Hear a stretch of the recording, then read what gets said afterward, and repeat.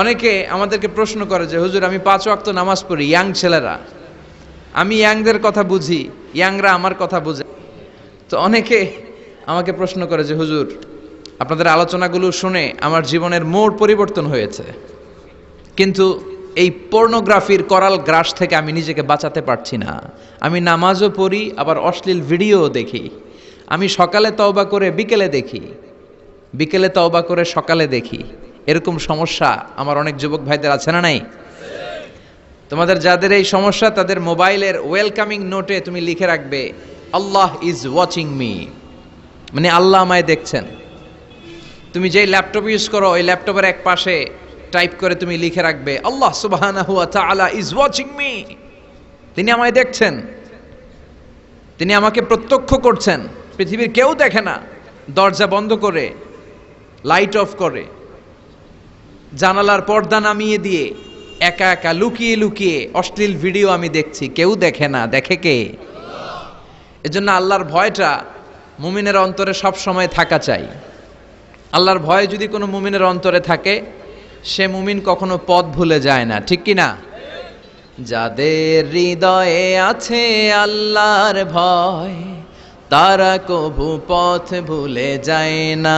আল্লাহর প্রেম ছাড়া এই দুনিয়ায় কারো কাছে কোনো কিছু চায় না। পড়েন সবাই, যাদের হৃদয়ে আছে আল্লাহর ভয়, তারা কভু পথ ভুলে যায় না। আল্লাহর প্রেম ছাড়া এই দুনিয়ায় কারো কাছে কোনো কিছু চায় না। রাতের আধারে যারা সেজদাতে রয়, দু চোখের শ্রুতে নদী যেন বয়। ছলনার হাতছানি যতই আসুক, পেছনে ফিরেও সে তাকায় না। যাদের হৃদয়ে আছে আল্লাহর ভয়, তারা কভু পথ ভুলে যায় না। আল্লাহর প্রেম ছাড়া এই দুনিয়ায় কারো কাছে কোনো কিছু চায় না। চিল্লায় বলেন ঠিক কিনা? আল্লাহর ভয় এটা অনেক দামি জিনিস। এটার নাম হচ্ছে তাকওয়াল্লাহ। এটার নাম কি? তাকওয়া। ওমরে ফারুক উবাই ইবনে কাব রাদিয়াল্লাহু তাআলা আনহুকে জিজ্ঞেস করলো, ইয়া উবাই মা হুয়া তাকওয়া? উবাই, তাকওয়া কি? হোয়াট ইজ তাকওয়া? What is the definition of তাকওয়া? উবাই ইবনে কাব প্রশ্নের উত্তর না করে ওমরে ফারুককে আবার প্রশ্ন করে বললেন, আমা সালাকতা তরিকান যা শাউক?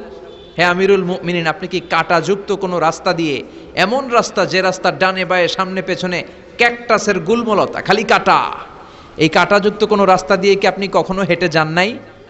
ওমরে ফারুক বললেন, বালা, আমি হেঁটে গিয়েছি। উবাই বললেন, ওই রাস্তা দিয়ে হাঁটার সময় আপনি কেমন করে হেঁটেছেন? ওমরে ফারুক বললেন, ইজতাহাদতু ওয়া ইশতাম্মারতু, আমি এমনভাবে হেঁটে গিয়েছি যাতে আশেপাশের ডানে বায়ে কাঁটা আমার গায়ে না লাগে, আমার জুব্বায় না লাগে। আমার জুব্বাটা ধরে আঁটো সাঁটো করে সন্তপর্ণে খুব সচেতনতার সাথে আমি হেঁটে গিয়েছি যাতে কাঁটা গায়ে না বিধে।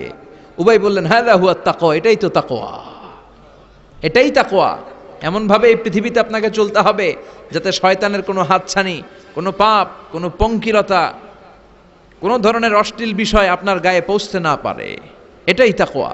বিশ্বনবী একবার খেজুরের ডালা ভেঙে মরুভূমির মধ্যে একটা দাগ টানলেন, লম্বা দাগ টেনে সাহাবাদেরকে বললেন, হাযা সিরাতুল মুস্তাকিম, এটার নাম সিরাতুল মুস্তাকিম। তারপর ডানে বায়ে দুই দিকে অনেকগুলো ছোট ছোট দাগ কাটলেন, বললেন, হাযিহি সুবুলুশ শায়তান, ডানে বায়ের রাস্তাগুলো এগুলো শয়তানের রাস্তা। ডান দিক থেকে বাম দিক থেকে তোমাকে শয়তান হাতছানি দিবে। গানের কনসার্টে চলো, ওখানে মমতাজ গান গাবে, আছে না নাই? মদের আড্ডাখানায় চলো, দুম্মা চলে ধুম দেখতে চলো, জুয়াবাজিতে চলো, নিষিদ্ধ পল্লীতে চলো। একটার পর একটা হাতছানি আপনাকে ডানে বায়ে সামনে থেকে পেছন থেকে আপনাকে গ্রাস করে ফেলতে চাইবে। কিন্তু মুমিন যখন সিরাতুল মুস্তাকিমের পথে একবার উঠেছে, এই পথটা শুরু হয়েছে দুনিয়া থেকে, এটার ওই প্রান্তে আছে জান্নাতুল ফেরদাউস, ঠিক কিনা? এজন্য প্রতিদিন সালাতে আমরা পড়ি ইহদিনাস সিরাতাল মুস্তাকিম। যে যুবকদের এই সমস্যা আছে, পর্নোগ্রাফির সমস্যা, এটা জাতীয় সমস্যা বাংলাদেশের, বাংলাদেশের জাতীয় রোগের নাম ডায়াবেটিক্স। জাতীয় রোগের নাম কি? আর যুবকদের জাতীয় সমস্যা হচ্ছে কি? পর্নোগ্রাফি। স্মার্টফোনগুলো আমাদেরকে স্মার্ট না বানিয়ে আমাদেরকে শেষ করে দিচ্ছে, ঠিক কি না? এজন্য আপনার একটা শক্ত সিদ্ধান্ত পারে আপনাকে জান্নাতি বানাতে, আর আপনার দুর্বল সিদ্ধান্তটাই আপনাকে জাহান্নামী বানানোর জন্য যথেষ্ট।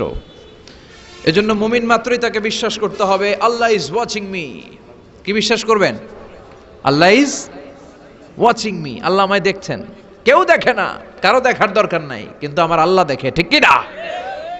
এটাই সবসময় মুমিনের অন্তরে থাকতে হবে। এটার নাম ঈমান, এটার নাম তাকওয়া।